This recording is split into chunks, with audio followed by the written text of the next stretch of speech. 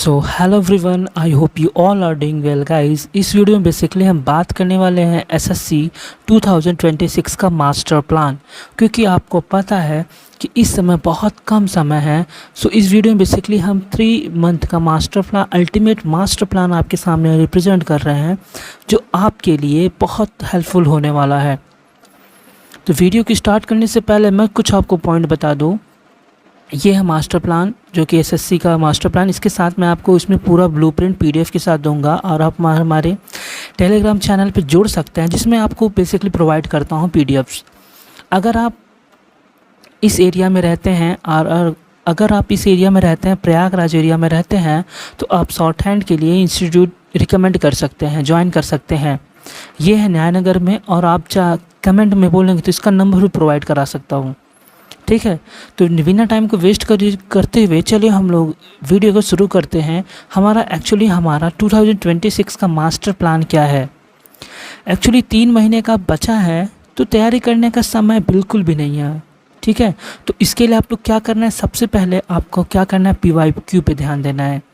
PYQ और mock test, आप इन दोनों चीज़ों पे आप लोग सबसे ज़्यादा आपको फोकस करना है, क्योंकि 3 महीने का लगभग 90 डेज़ है, उससे भी कम समय है।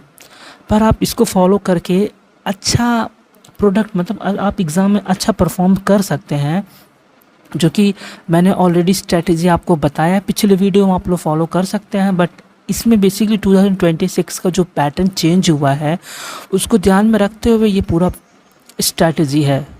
तो परीक्षा के पैटर्न को ध्यान में रखते हुए, तो जो आपको टारगेट सेफ स्कोर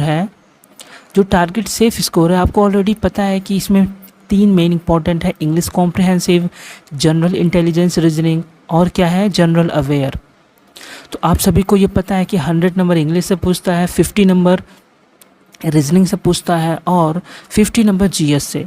और बेसिकली इस बार एसएससी ने क्या कर दिया है, आपको इसको 60 मिनट में करना है, और ये 30 मिनट में करना है, और ये 30 मिनट में, यानी सेक्शनल कर दिया है। तो आपको अपने रीजनिंग में कमांड एक्चुअली में फोकस करना है थोड़ा ज़्यादा, क्योंकि 30 मिनट में आपको 50 क्वेश्चन करना है। तो आपको अपने रीजनिंग पे कमांड रखना बहुत ज़रूरी है, क्योंकि रीजनिंग एक स्कोरिंग सब्जेक्ट है, यानी आपको इसमें कंफर्म रहता है कि अगर आंसर आया तो आप एकदम सही करेंगे, नहीं तो आप आगे बढ़ जाएंगे। ठीक है, चलिए आगे बढ़ते हैं। तो आपको क्या चीज़ें ध्यान देना है, सबसे पहले मॉक टेस्ट, PYQ पे ध्यान देना है, और दूसरा क्या देना है, मॉक टेस्ट।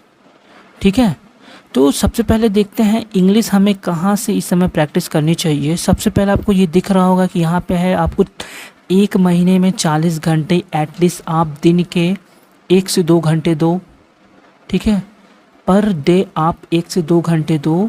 जितने भी टॉपिक है, जैसे वर्ब हो गया, टेंस हो गया, एक्टिव पैसिव हो गया, नरेशन हो गया, सब्जेक्ट वर्ब एग्रीमेंट हो गया, प्रीपोजिशन, इन सभी के आप रूल्स 10 दिन में, चाहे आप रिवीजन करके ऑलरेडी पढ़े हो तो रिवीजन करके ख़त्म करो फिर। और डेली से डेली आप 30 से 50 vocab, synonym, antonyms and idioms phrase पढ़ सकते हो, रिवीजन करो। और वो कैब के लिए आप ब्लैक बुक आती है, सबसे बेस्ट है, जो आपको वो कैब के लिए सबसे बेस्ट बुक है।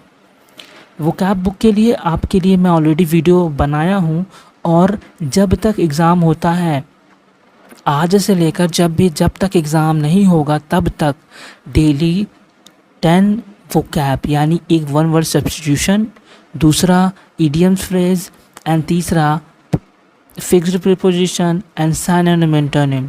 ये सभी चारों टॉपिक बहुत इंपॉर्टेंट है। पर डे आपको इन सभी टॉपिक से 10-10 वीडियो मैं प्रोवाइड कराने वाला हूँ, आप ज्वाइन कर सकते हो।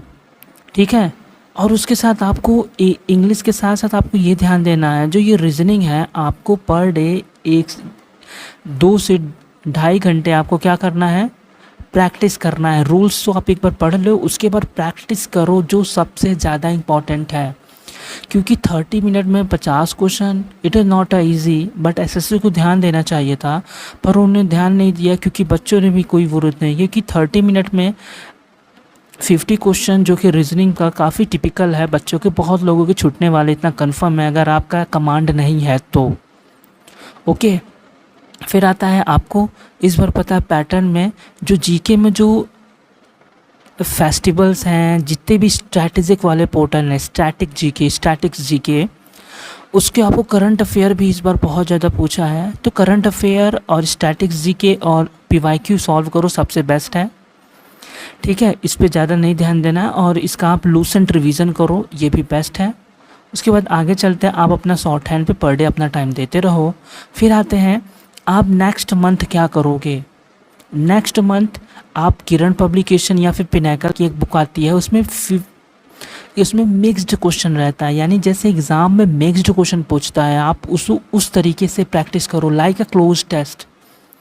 ठीक है, आप डेली से आप अपने हिसाब से 30 क्वेश्चन प्रैक्टिस कर सकते हो अपने स्ट्रेंथ के हिसाब से, पर आप इससे भी ज़्यादा प्रैक्टिस कर सकते हो, आप अपने आप को बेहतर तरीके से जानते हो। ठीक है, उसके बाद आता है रीजनिंग जो नया पैटर्न है। आप ये मत सोचो कि ये स्टेनो का केवल है, आप एसएससी सीजीएल सभी का 2 साल का पीवाईक्यू सॉल्व करो, क्योंकि रीजनिंग कहीं से भी उठा के दे देता है, क्योंकि एसएससी कंडक्ट करवाता है। ठीक है, आप इसको 30 मिनट में 50 क्वेश्चन डेली का प्रैक्टिस करो, यू हैव टू प्रैक्टिस।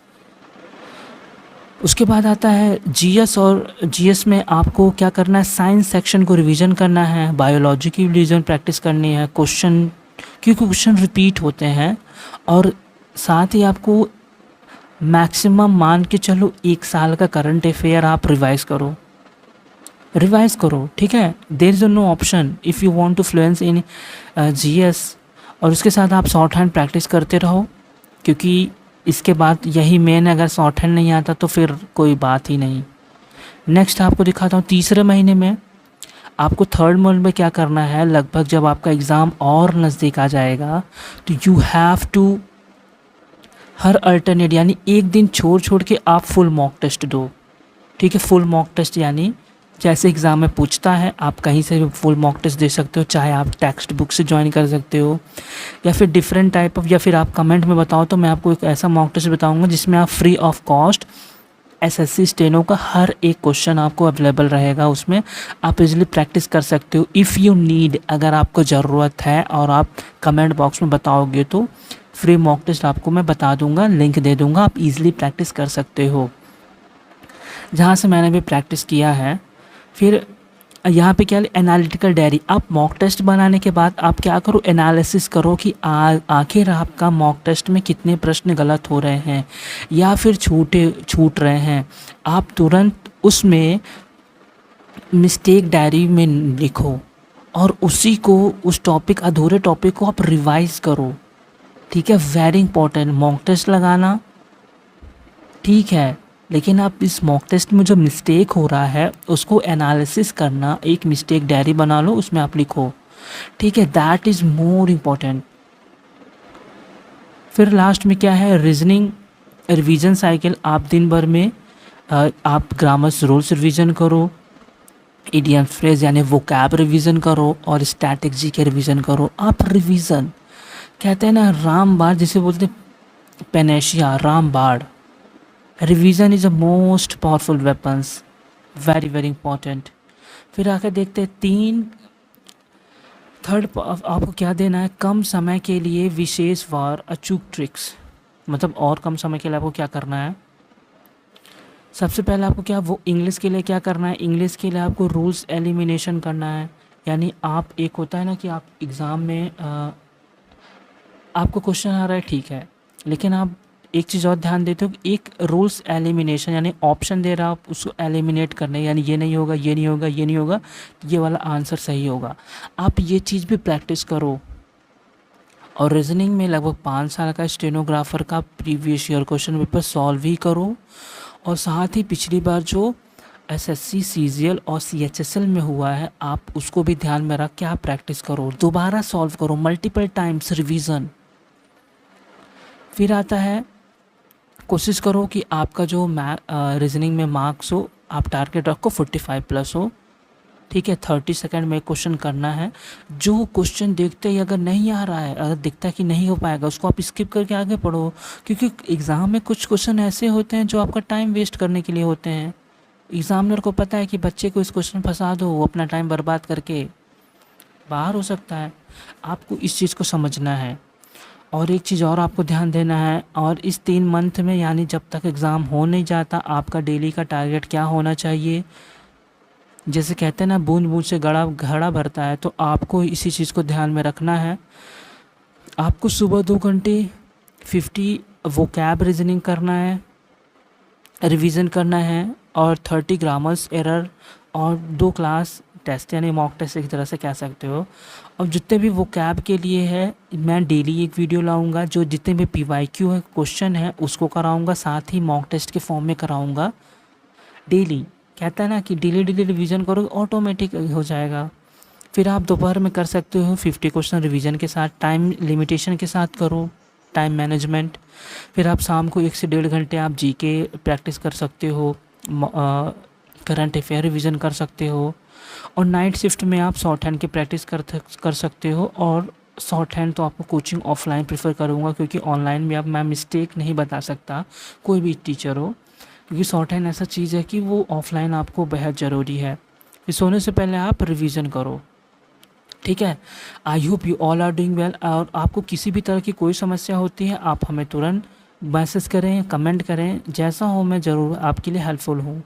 तो इस बात को ध्यान देना है कि if you want to practice vocab, इस चैनल पे आपको डेली मिलेगा, ठीक है। Thanks for watching video. तब तक नमस्कार, टेक केयर, बाय बाय, जय हिंद, जय भारत।